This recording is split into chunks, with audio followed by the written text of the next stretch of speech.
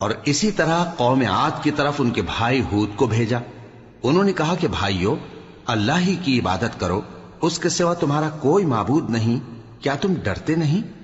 تو ان کی قوم کے سردار جو کافر تھے کہنے لگے کہ تم ہمیں احمق نظر آتے ہو اور ہم تمہیں جھوٹا خیال کرتے ہیں۔ فرمایا، اے میری قوم، مجھ میں حماقت کی کوئی بات نہیں ہے، بلکہ میں رب العالمین کا پیغمبر ہوں۔ میں تمہیں اللہ کے پیغام پہنچاتا ہوں اور تمہارا امانت دار خیر خواہ ہوں۔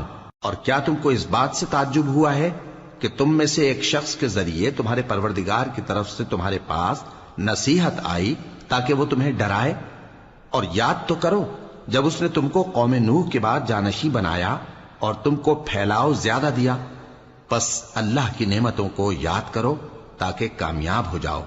وہ کہنے لگے، کیا تم ہمارے پاس اس لیے آئے ہو کہ ہم اکیلے اللہ ہی کی عبادت کریں اور جن کو ہمارے باپ دادا پوجتے چلے آئے ہیں ان کو چھوڑ دیں؟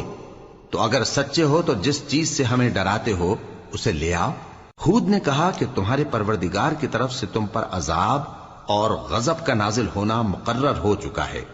کیا تم مجھ سے چند ناموں کے بارے میں جھگڑتے ہو جو تم نے اور تمہارے باپ دادا نے اپنی طرف سے رکھ لیے ہیں، جن کی اللہ نے کوئی سند نازل نہیں کی؟